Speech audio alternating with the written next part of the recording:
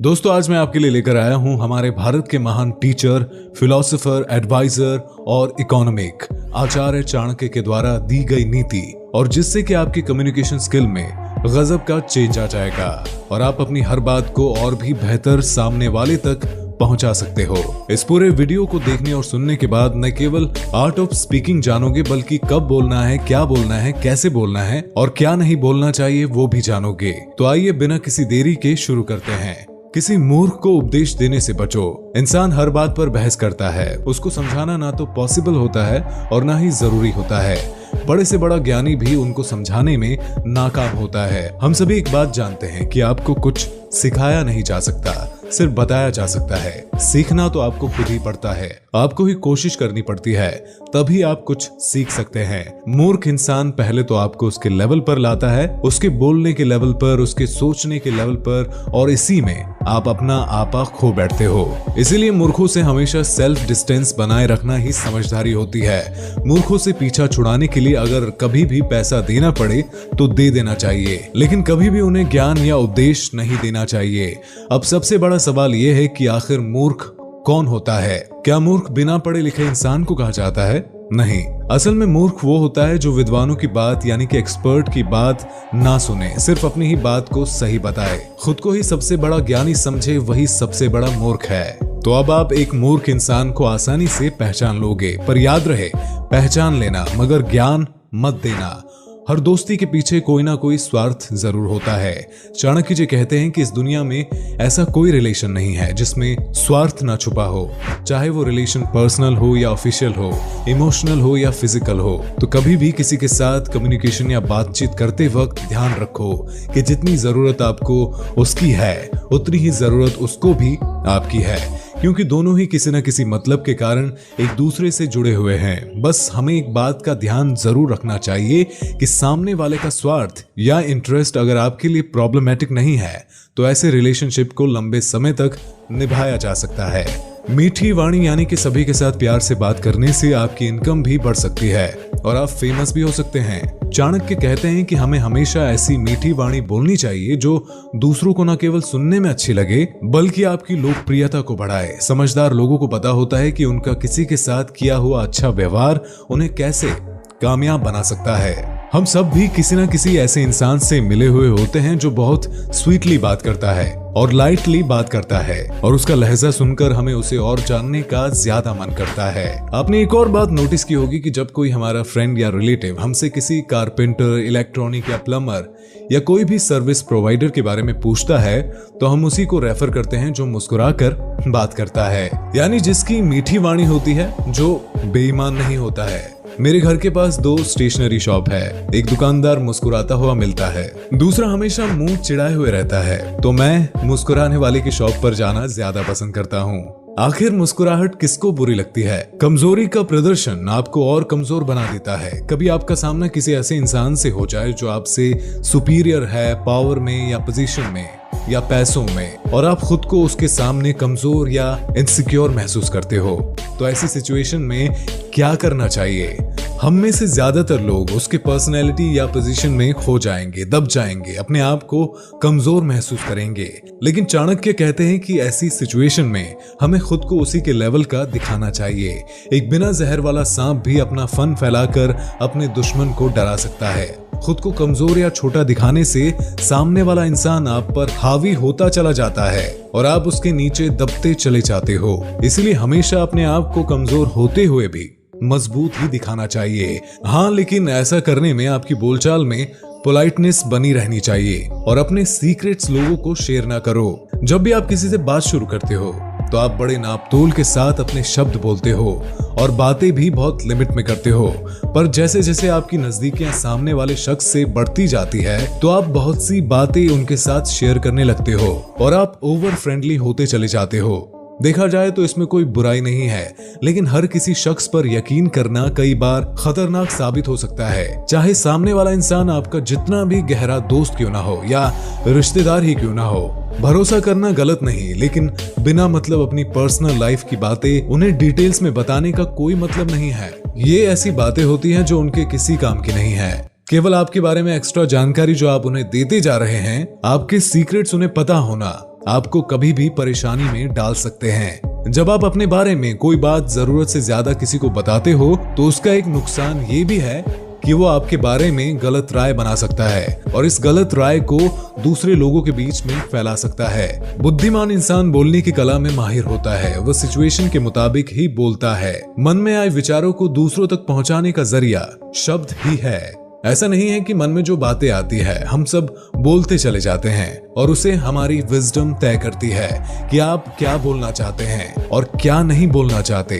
किसी पागल इंसान और हमारे बीच में इतना ही अंतर है कि हम सोच कर बोलते हैं, जबकि वो मन में आ रही हर बात को बोलता चला जाता है। जब हम बोलते हैं तो हमारे शब्द हमारे माइंड के कंडीशन और सब्जेक्ट पर हमारी पकड़ को बताते हैं। वाणी इंसान को छोटा या बड़ा बनाती है। इंसान कितना भी समझदार क्यों ना हो, पर अगर बोलने की कला ना जानता हो या अपनी बात को ठीक से प्रेजेंट ना कर पाता हो तो आज के टाइम में उसका आगे बढ़ना काफी मुश्किल हो जाता है। बोलते समय जिस इंसान से हम बात कर रहे हैं उसके माइंड लेवल को भी ध्यान में रखकर उससे बात करनी चाहिए और इसके बिना हम अच्छे स्पीकर नहीं बन सकते। हम जब बोलते हैं तो हमारा हर एक वर्ड मीनिंगफुल होना चाहिए और हमारी बातें सामने वाले को उसके मेंटल सिचुएशन से ऊपर उठाने वाली होनी चाहिए, उस इंसान को खुश करने वाली और उसको नॉलेज देने वाली और साथ ही उसके प्रॉब्लम को सॉल्व करने वाली बातें होनी चाहिए। जब जरूरत हो तो जरूर बोलना चाहिए, लेकिन बिना बात के बोलने से लोग आपकी बातों को सीरियस लेना बंद कर देते हैं। मेरा एक दोस्त है जो बहुत बोलता है तो हम उसकी बातों को कभी भी सीरियसली नहीं लेते हैं, भले ही वो बहुत काम की बातें क्यों ना बोल रहा हो।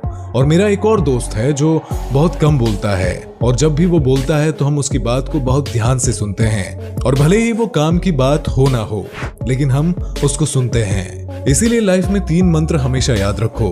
कभी भी ज्यादा खुशी में किसी को प्रॉमिस मत करना, गुस्से में किसी को जवाब ना देना, जोश में कोई भी परमानेंट फैसला मत लेना। किसी भी रिलेशन को मेंटेन करने के लिए अच्छी कम्युनिकेशन बहुत जरूरी है। कई बार ऐसा होता है कि आपको अपनी ही बातों का रिग्रेट होता है कि यार मैंने उससे ऐसा क्यों कहा, उससे ऐसा प्रॉमिस क्यों किया, मैंने ये डिसीजन आखिर क्यों लिया। तो यहाँ पर चाणक्य कहते हैं कि जब आपके मन की कंडीशन नॉर्मल ना हो, मतलब जब आप बहुत खुशी में हो या बहुत परेशानी में हो या बहुत गुस्से में हो, तो इन तीनों सिचुएशन में आपको खुद पर काबू करना आना चाहिए। इन तीनों ही सिचुएशन में सोचना समझना डिसीजन लेने की क्षमता जो हमारी होती है वो उतनी कारगर नहीं रहती और हमारा अपने माइंड पर कंट्रोल नहीं रहता है। और ऐसे समय में हम अगर किसी से कुछ बात कह देते हैं तो आप समझ सकते हैं कि उसका इम्पैक्ट कितना घातक हो सकता है। इससे आपकी क्रिएटिविटी पर उल्टा असर पड़ सकता है और आप जानते हैं कि तीर से निकला हुआ बाण और मुंह से निकले हुए शब्द कभी लौटकर वापस नहीं आते। लाइफ में अगर आगे बढ़ना है तो बहरे हो जाओ। चाणक्य ने जरूर ये बात समाज में फैली हुई नेगेटिविटी को ध्यान में रखकर ही कही होगी कि लाइफ में आगे बढ़ना है तो बहरे हो जाओ। 90% लोग किसी न किसी तरह की नेगेटिव बातें सोचते हैं। जब हम किसी काम के बारे में कंफ्यूज होते हैं और किसी से एडवाइस लेने जाते हैं तो आपने देखा होगा कि उनका रिस्पॉन्स नेगेटिव ही आता है। ऐसे में हमारा जो आइडिया है या तो उनकी बातों से प्रभावित हो जाता है और हम वो काम करते ही नहीं हैं, और अगर करते भी हैं तो उसे पूरे मन से ही नहीं कर पाते हैं, क्योंकि नेगेटिविटी का बीज पहले ही हमारे माइंड में बो दिया जाता है। लोगों का ऐसा कहने के 2 कारण हो सकते हैं। पहला उनका खुद के बारे में एक्सपीरियंस, दूसरा वो चाहते ही नहीं कि आप आगे बढ़ सके। अगर हम एक्सपीरियंस की बात करें तो किसी का भी एक्सपीरियंस बनने के लिए situation, surrounding, mental state, at the point of time जैसे फैक्टर पॉसिबल होते हैं। सिर्फ ये कह देना कि मेरा एक्सपीरियंस ऐसा है और ऐसे मामले में ऐसा ही होता है, ये सही नहीं है। बहुत सारे काम ऐसे होते हैं जिनमें आप सफल नहीं होते लेकिन दूसरे हो जाते हैं। जब आप सफल होते हैं लेकिन दूसरे नहीं होते, इसलिए एक्सपीरियंस को गाइडलाइन मान लेना हमेशा सही नहीं हो सकता। बिकॉज उनका एक्सपीरियंस हो सकता है कि 20 साल पुराना हो, जब दुनिया अलग थी। आज दुनिया अलग है।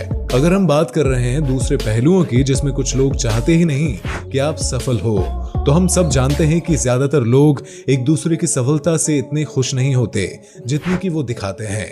कई बार तो आप भी दूसरों को सफल देखकर खुश नहीं होते, तो क्यों हमें दूसरों से इसकी उम्मीद रखनी चाहिए। आपने कई कामयाब इंसानों को देखा और सुना होगा जो एक ही बात बार बार बोलते हैं कि उन्होंने सफल होने के लिए मेहनत के साथ साथ सिर्फ और सिर्फ अपने दिल की आवाज सुनी। और जरूर उनको भी नेगेटिव कमेंट मिले होंगे और ऐसे ही नेगेटिव एडवाइस मिली होगी, पर वो उन सब बातों को अनसुना करके अपने गोल्स पाने की कोशिश में लगे रहते हैं। तो यहाँ पर मैं आपको दो मेंढकों की कहानी सुनाता हूँ और इससे पहले भी मैंने ये कहानी अपनी एक वीडियो में सुनाई थी और ये कहानी मैंने हिमेश मदान सर की वीडियो से सुनी थी।